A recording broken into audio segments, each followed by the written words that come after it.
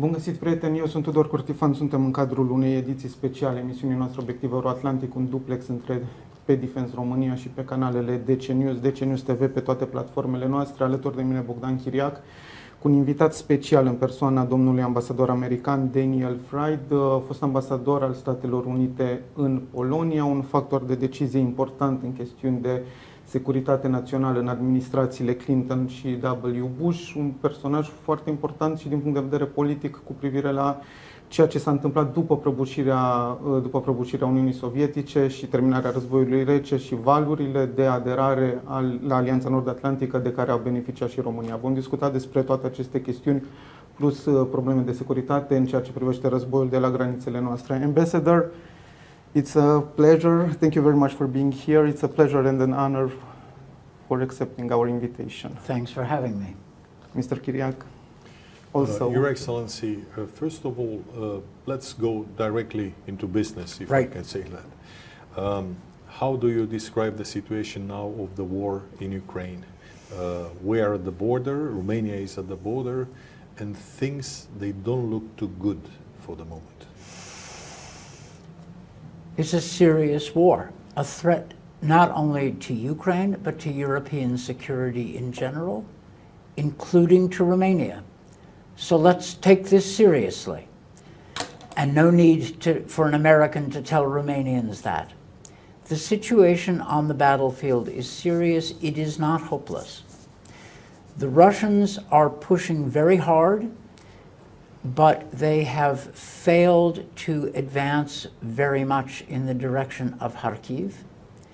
They may also be trying to advance in the east around Donetsk. They have not made major gains.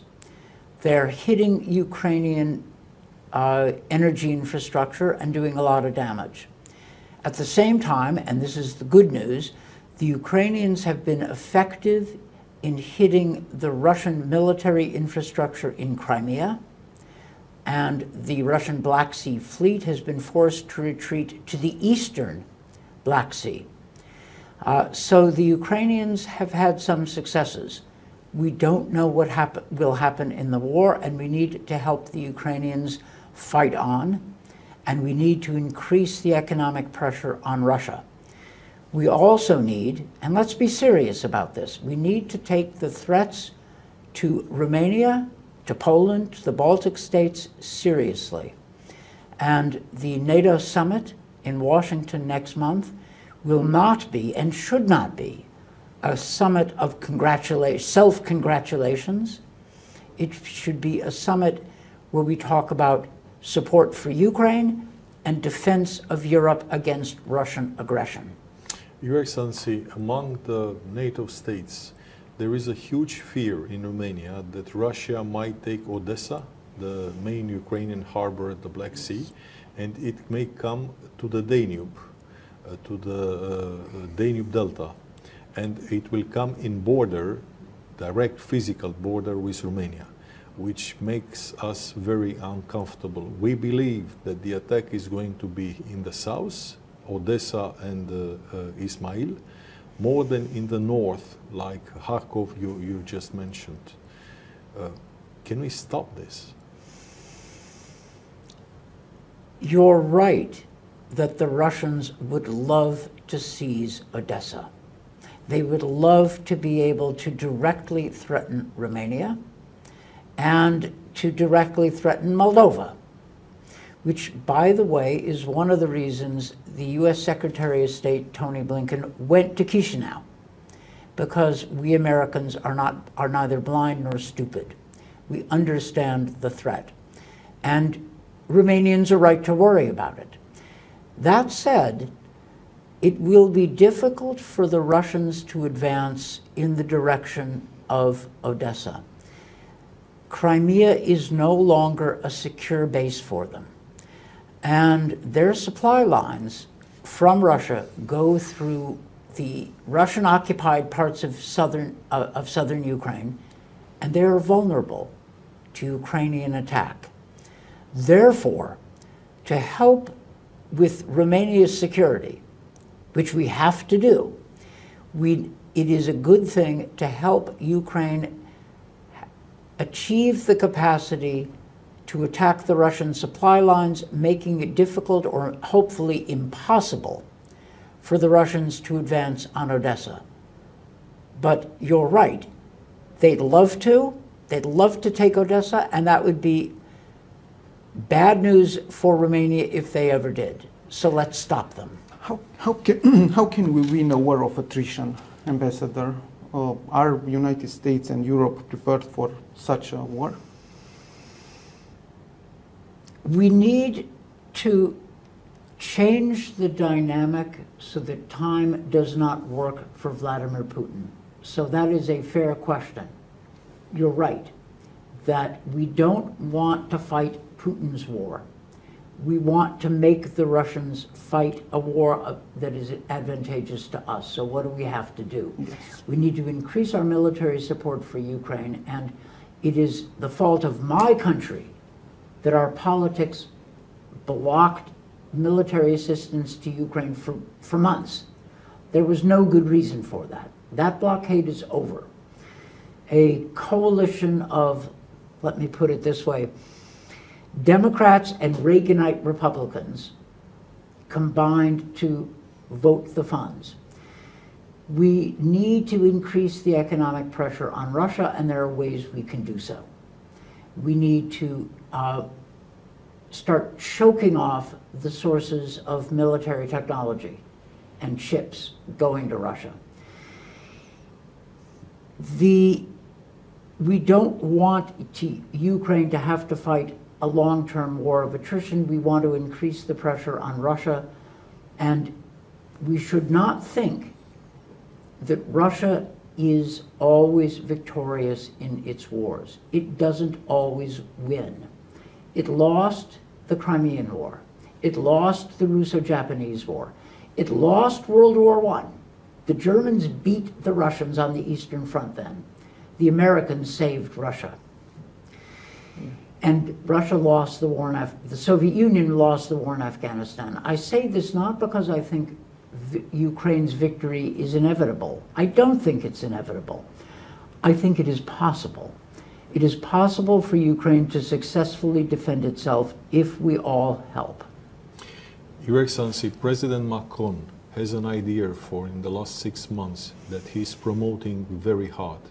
It's sending troops, not NATO troops, but troops military from members of NATO, so it's not NATO, but they are members of NATO, to send those military in the field in Ukraine. Would you support this idea? Now they want to send instructors, so it's not military, combatant military, but instructors. Right. Would you support this idea? Because it will be a debate also in Romania later. It sure will be. It's awkward for me because my government will not support this. I see. But the French, Macron is right that we should stop worrying about what Putin can do to us and make him worry about what we're going to do to him. I like the way Macron is talking. If the French send trainers into Ukraine, I personally think that's a good idea. I would not possibly advise Romania, you are better judges of the pluses and minuses yourselves. But I think the French are considering this. We'll see what happens after the elections. I think the Poles are considering this. And I understand why. We need to help the Ukrainians, and there are various ways in which we can do so. Macron has one idea. Another idea, and this is not my government, it's me and some of my friends, have thought maybe it's a good idea for Western and NATO anti-aircraft capabilities stationed in Poland, for example, to be used to defend parts of Western Ukraine from Russian attack, freeing up Ukrainian anti-aircraft defenses to move further east. You see what I'm getting at. There may be ways in which we can help Ukraine without combat troops on the ground? You know, it's a threat that if this will happen, the former Soviets, now Russians, they announced that they are ready to attack those bases, even if they're in a NATO country. So they threat with the F-16, because it seems that the F-16s are going to be based in 4 different bases, not in Ukraine, but on the Eastern Front, maybe including Romania. And Moscow announced that those bases are legitimate targets for them, which will put NATO in a difficult position. We need to take seriously Russian threats and not dismiss them. However, однако, as the Soviets used to say, we should not be intimidated by them. The Russians started this war for no good reason. Yes. We need to help Ukraine. Russian victory over Ukraine would make all of our problems worse. Romania's problems worse, Poland's problems worse, the Baltic states would be in a worse position, so would Finland. So we need to take seriously all of the options which can help Ukraine succeed in defending its country. This is not easy. NATO exists not so we can give comfortable speeches congratulating ourselves, but it exists to defend its members. And in this situation of war, a war which Russia started for no good reason, we have to take seriously what it takes to help Ukraine defend itself and thereby defend Europe. Ambassador President Maia Sandu recently said that Ukraine acts as a shield for Moldova and for entire Europe, and I definitely agree with that. But Moldova does not have such a high percentage of resilience like Romania, for example. And, right. And you know will be presidential elections this year in Moldova. Right. Will be a very important referendum for pro-European way. Yes. And do you think Russia will use all its hybrid warfare tools in order to, I don't know, influence the result of these important elections? Tudor just came back from Moldova 2 weeks ago. Yeah. He spent 1 week and he had interviews with main officials in Chisinau, and there is a huge concern about the security and the future of Moldova. And hybrid warfare, of course, you know the answer. You know the answer, which is, of course, the Russians are going to try all tools at their disposal, particularly hybrid disinformation, bribes, threats. Of course they're going to do that. You know that. And you didn't need me to tell you. You knew that perfectly well. How can fight that? Well, that's one of the reasons that Secretary of State Blinken went to Chisinau. And it also means he was listening to the Romanians. Maia Sandu is right. As long as Ukraine stands, Russian methods to attack Moldova are going to be limited. If Ukraine falls, Moldova is next. Yes, it's over. I mean, it looks like over if Ukraine falls. Never say over, but the threat increases a lot. It's 40% of the population now. It's Russian, ethnical Russians. It's Transnistria problem. So it's a critical issue if Ukraine falls. Yes, it is. And you're right. I think you put it well, that Moldova does not have the resilience or the strength, of Romania. You're not a small country, okay? And you have resources. You have a military. We need to help Moldova. I hope that Maia Sandu succeeds politically. The Russians will try to stop her. Sometimes the Russians are successful, many times they are not.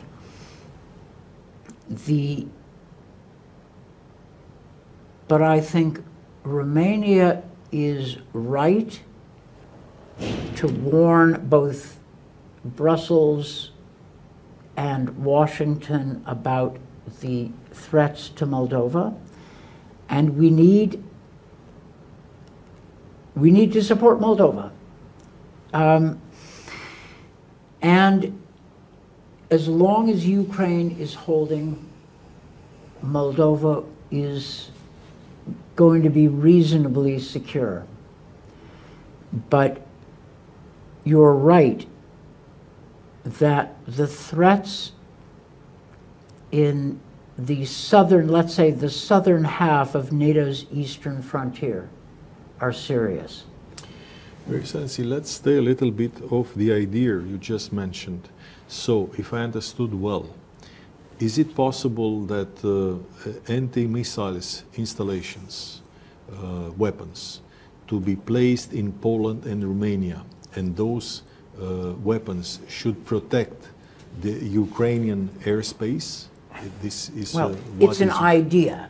Yes. That's all. We need to talk. It's just an idea. We are journalists, and it's not. It's not the National Security Council, right, where you That's worked so many years I'm not to take decisions. Right. I'm not speaking on behalf of my government, but the issue of what more NATO countries can do to help Ukraine is critical. And there are risks. I've discovered in policy positions that we're always looking for risk-free options, and they usually don't exist. The question is, what risks are reasonable to take? And we need to think through. I see. We need to think through our best options. And the Ukrainians need our help. And we should not think that Russia is invincible. Russian casualties are high. Their economy is under stress. They are vulnerable to various additional kinds of pressure. They are looking to see whether Western or U.S. political will to keep supporting Ukraine will crumble. What about the idea of having the F-16 for Ukraine? We have a training center here, in Romania, I guess in Fetești. Yes, in Borcea Fetești. In Borcea Fetești. It's a military air base right. in Dobrogea, where we train the Ukrainian pilots. What about the idea of having the F-16 on the eastern border? That means Romania, Poland, Hungary will not accept, probably the Baltic states. And the Ukrainian F-16 will take off and land on this basis, and they will go and fight on the airspace of Ukraine. Do you think it's a good idea? We have to consider all of these things. Our military people need to do it. I think the Russians, there are issues of the range of whether F-16s based in Romania would be able to reach the critical battle fronts. There's the issue of risks of Russian attacks on NATO territory, on these bases, which we have to consider. And we have to consider the alternatives of how the F-16s could be based securely inside Ukraine. Now, the Ukrainians have been pretty good about protecting their own fighter aircraft. I have not heard of cases where Russians have successfully attacked Ukrainian fighter aircraft on the ground. The problem is that F-16 needs very good takeoff runways. It has to be technically clean, very clean, very smooth. It's not like the old MiGs, which can take off from a normal street, almost, if it's long enough. So we think that they need those bases, and at the end of the day, the Russians will see from where the aircrafts will take off and where they Right. land. Now, I see the problem. For every problem like this, there are often several solutions, ways to hide things. At this point, I back off and I let the military people consider this. Good. You know, Ambassador, U.S. is Romania's most important partner, and we have a strong strategic partnership, Yeah. and Romanian security is based on that partnership. Yep. So, do you think we should have a permanent American military presence in Romania? You should have persistent U.S. military presence in Romania. We should be here. Remember, for the American military, a permanent base means permanent housing, it means families, it means all the infrastructure, all that's very expensive. What you need is to have the forces here. Okay. In Poland, I mean, the Poles we've had this discussion with the Poles for years. They wanted permanent military bases, and I completely understand why. I totally get it. But they've understood that if the Americans are there and rotating in and out, I think we have a permanent headquarters in Poland. Yes. And I can imagine arguments for a permanent headquarters here. It could be US, it could be French, it could be mixed. But the point is to have military capabilities in country so that we're not simply reinforcing. So that we are also reinforcing, but you want forces available immediately for various contingencies.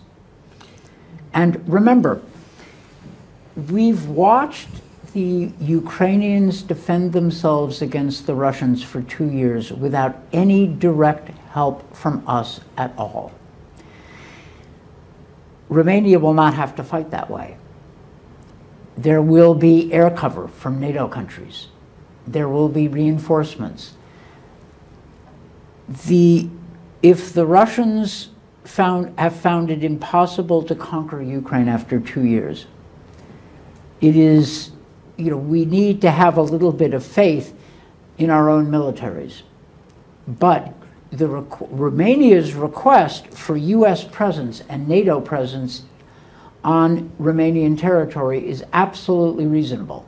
Okay? Absolutely reasonable. I've been in Bucharest. I had an intensive day of meetings yesterday with the Foreign Ministry, with the Defense Ministry, and a senior Romanian delegation will be going to Washington later, and these are exactly the issues they should discuss. That's a good news. Yeah. That's a good news you're giving us, that they should discuss about that. It's under construction, the largest military base, I guess, in this part of the continent, of European continent. It's in Mihail Cogălnicianu. It's an investment of more than 1 billion euros. It's 1.2, almost 1.1 billion dollars. And it's exactly as you say, it's housing, it will be the most modern little city in Romania. Houses, schools, hospitals.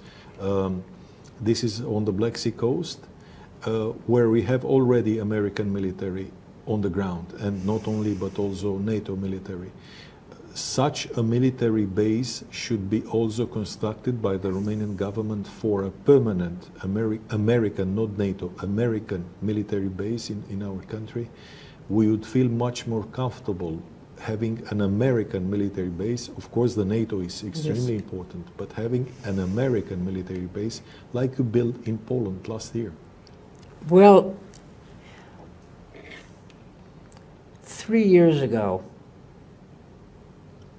we never thought we would have the kind of American military presence in NATO's eastern flank that we have now. We didn't have the war directly. That's right. Now we do. These are the kinds of conversations that we need to have. What's the best? NATO has adopted what are called regional plans for the defense of its members. Okay. These plans need to be resourced, and the Romanian military needs to be comfortable with them. They are being developed, the details are being worked out.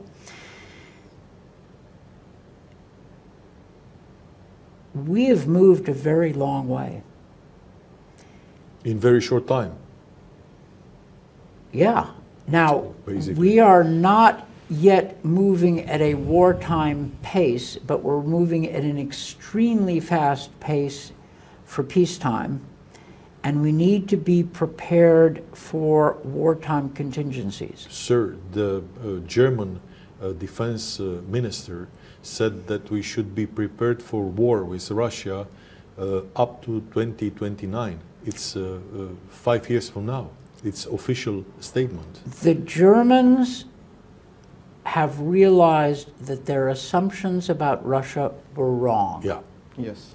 That's a very big deal. I'm not cynical about that. No. We all, no, not Romania, not Poland, not the Baltic states, but the Germans, the French, and yes, the Americans made mistakes about Russia. We thought we could work with Putin, and we were wrong. I'm not sorry we tried. I'm not sorry we tried, No, but... everybody should try. Right. First you try peace instead of war. It's normal. Right. But the Germans have understood that basically 2 generations worth of German strategic thinking about Russia were wrong. And the Germans are having to come to terms with that, and I'm not critical. I support their rethinking. I mean, their defense minister has indeed been realistic about the threat. The French are speaking in a completely different way. You remember when French President Chirac said that the East European countries should shut up. Yeah, we And remember the moment. I remember it too. It was just before the Iraqi war, That's right. which was supported by Eastern European countries. That's right. And now President Macron has said, in a way that I find honest and politically courageous, that the French missed an opportunity to listen. In other words, he was admitting that you were right and France was wrong about Russia. Now that's a very big deal. I give him a tremendous amount of credit. He has been talking in a very different way, and this is good. We need to see more European military capability. It's important that it's not just the United States. Whatever happens, we need to see greater European military capacity, particularly from Germany. They have underinvested in their military for a long time. They recognize that. They do, and they need to hurry up. The Poles are investing a lot, and their military is serious. The Romanians are investing a lot. And Poland and Romania need to be backed up by the big West European powers and need to be backed up by the Americans. So we all need to take this seriously. Your Excellency, you're a member of the Atlantic Council. President Iohannis received an important That's right. medal from the Atlantic Council just 1.5 months ago. That's right. He had a meeting with President Biden in the White House afterwards. And President Biden asked Romania to give a Patriot system to Ukraine. Right. It was not taken, Romania didn't take a decision yet about that. What is your opinion? Should Romania give one of these Patriot systems to Ukraine because they need it very badly? This is the truth. I think that was a logical suggestion by the Americans. When Romania helps Ukraine defend itself, it's helping defend Romania also. Defense of Ukraine is also defense of Europe and defense of Romania. So I think it's a good idea. Now, I expect the Romanian military and the Romanian government would have questions about the defense of Romania. I get it. Those are fair questions. And I think that kind of a discussion with the Americans is important. I'm glad that President Iohannis was received in the White House.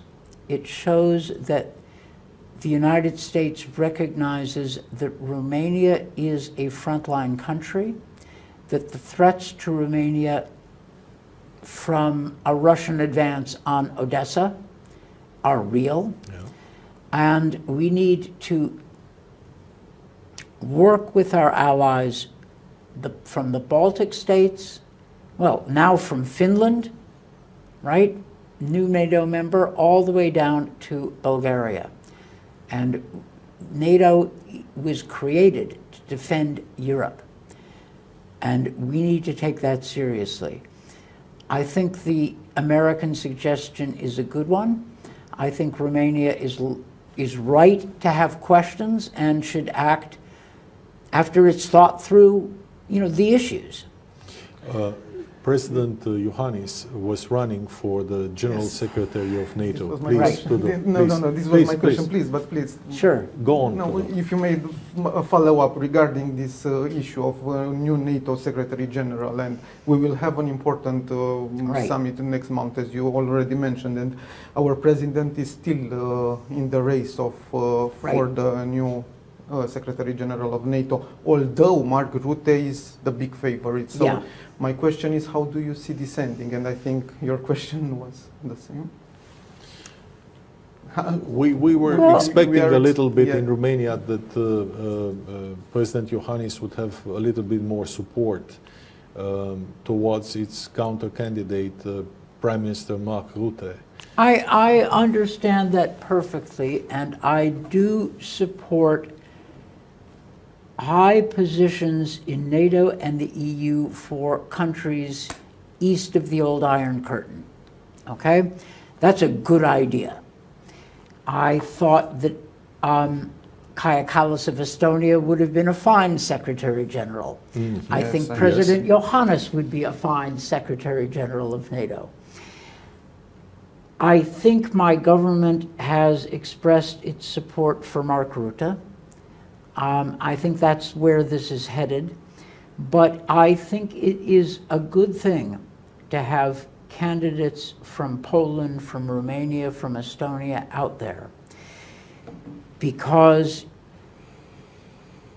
these countries were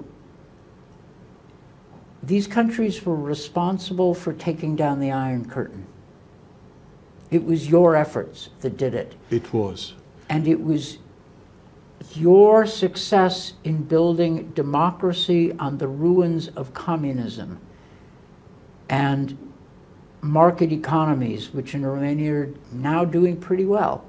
It was your success that opened the door for EU and NATO enlargement, for the embrace of these countries who wanted to join the institutions of Europe and the transatlantic world.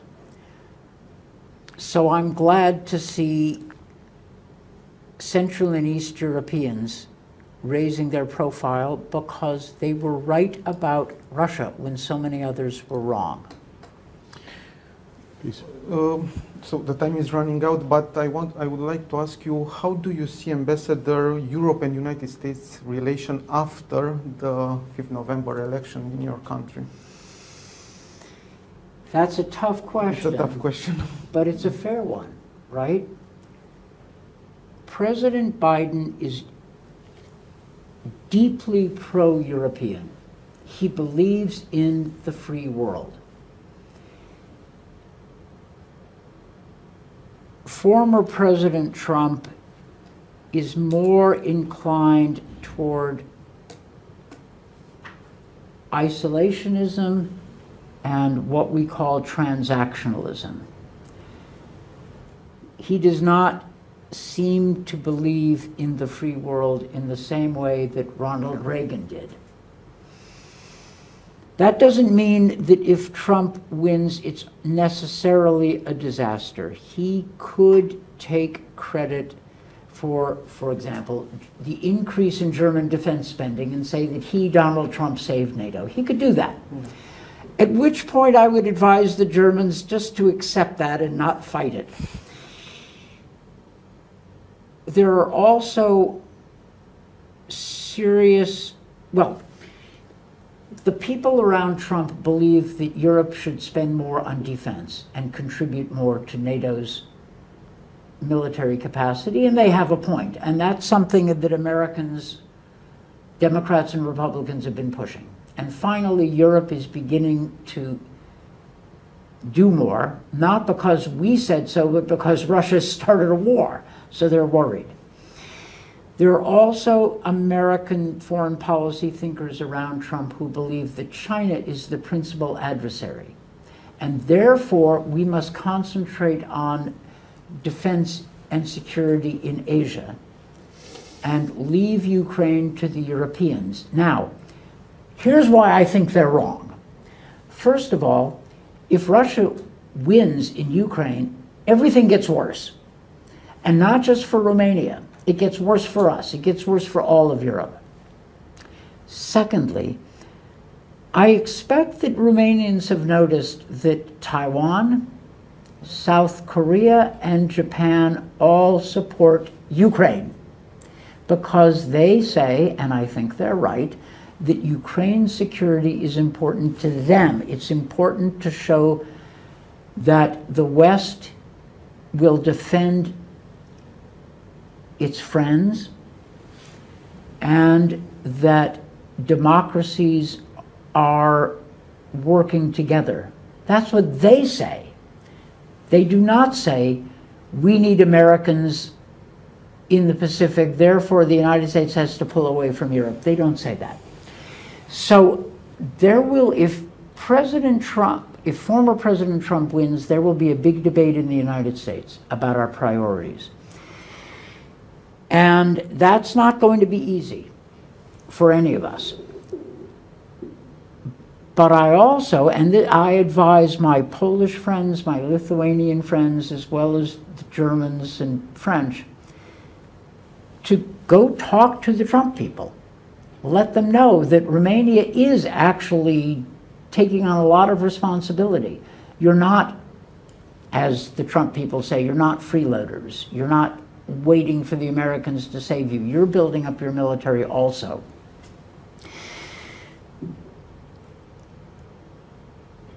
Politics is pretty tough in Western Europe and in my country. Your elections, well, the elections to the European Parliament showed that the centrist coalition, right, is holding strong. It's holding strong. The elections in Poland showed that the liberals, who are sort of a center-right liberal party, are holding strong. The nationalists and pro-Russian far-right are not doing well. But politics is tough, and leaders have to make the case. In America, in Western Europe, in Central and Eastern Europe, leaders have to make the case why the free world matters. Sir, you said you had a very tough day yesterday. Well, not tough, intense. Intense, okay. These were good meetings. These were good meetings. Good. Tough day of work, if I can say That's that. right. With whom did you meet? In Bucharest? I met with the State Secretary at the Ministry of Defense, the State Secretary at the Foreign Ministry, and I've met informally with a lot of senior Romanian military and other, national security professionals.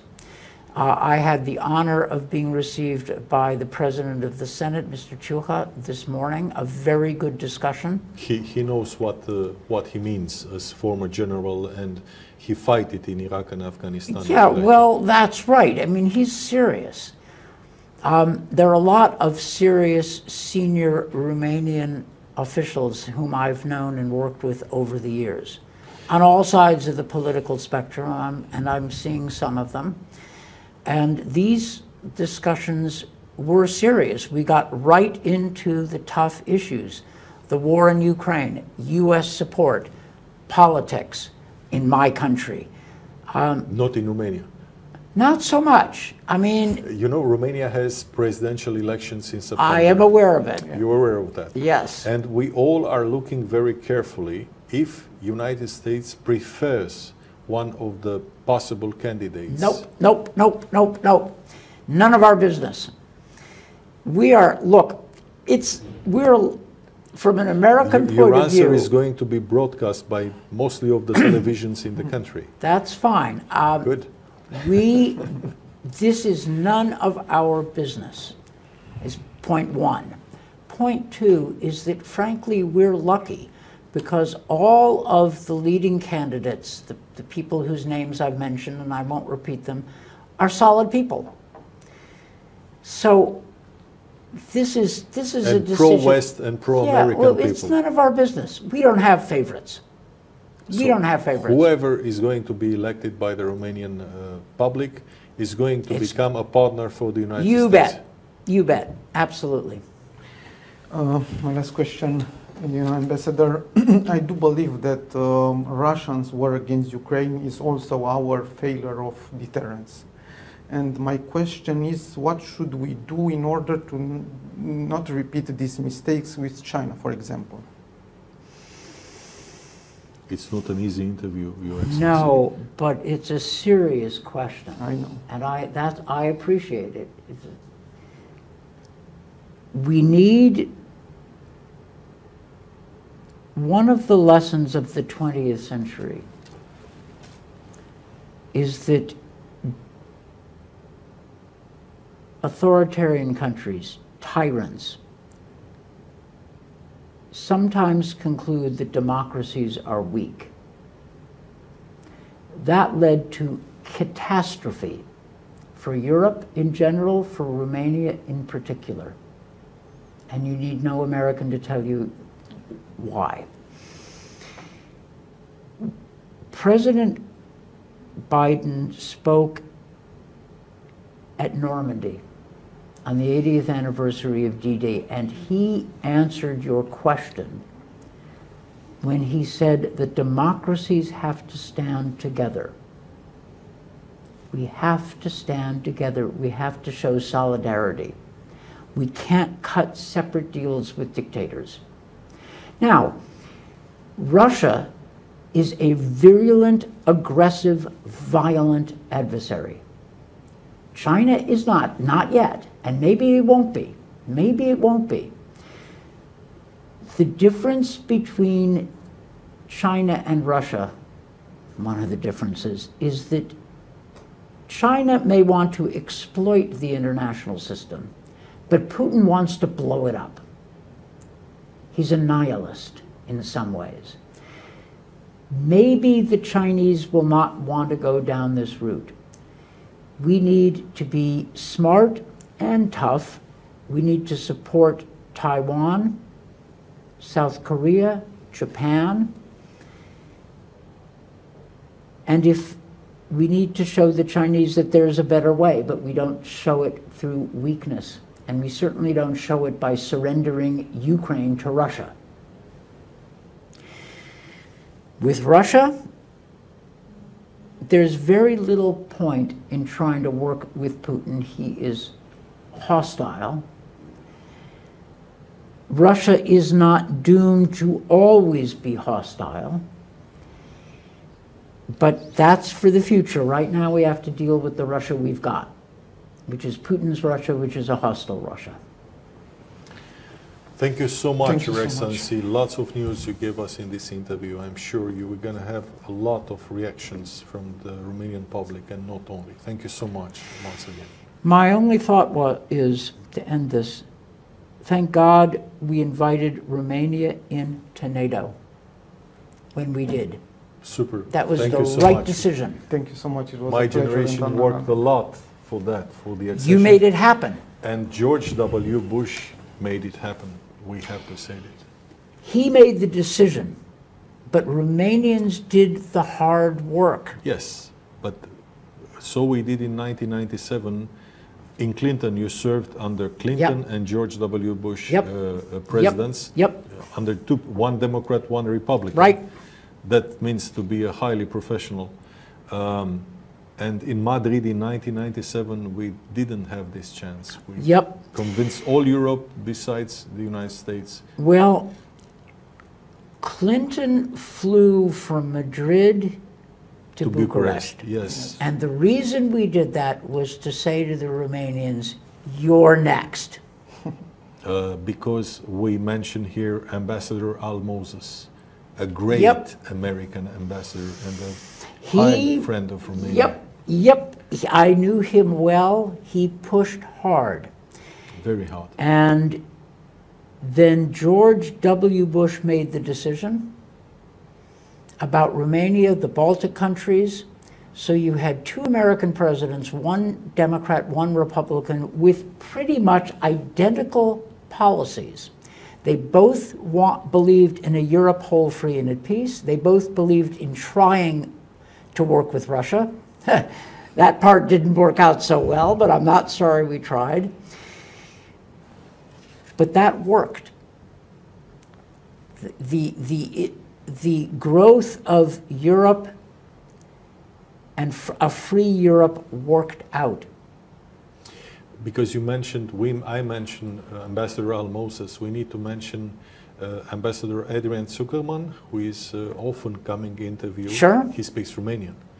I know. That's just great. Ambassadors.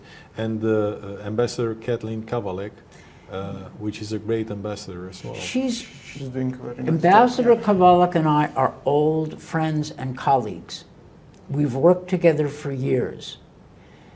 You're lucky to have a high-quality ambassador. You've had high-quality ambassadors, in fact. Very high quality. Also, Ambassador Zuckerman, extremely. You bet. Quality. And yes. you know, speaking Romanian and understanding this country in his guts.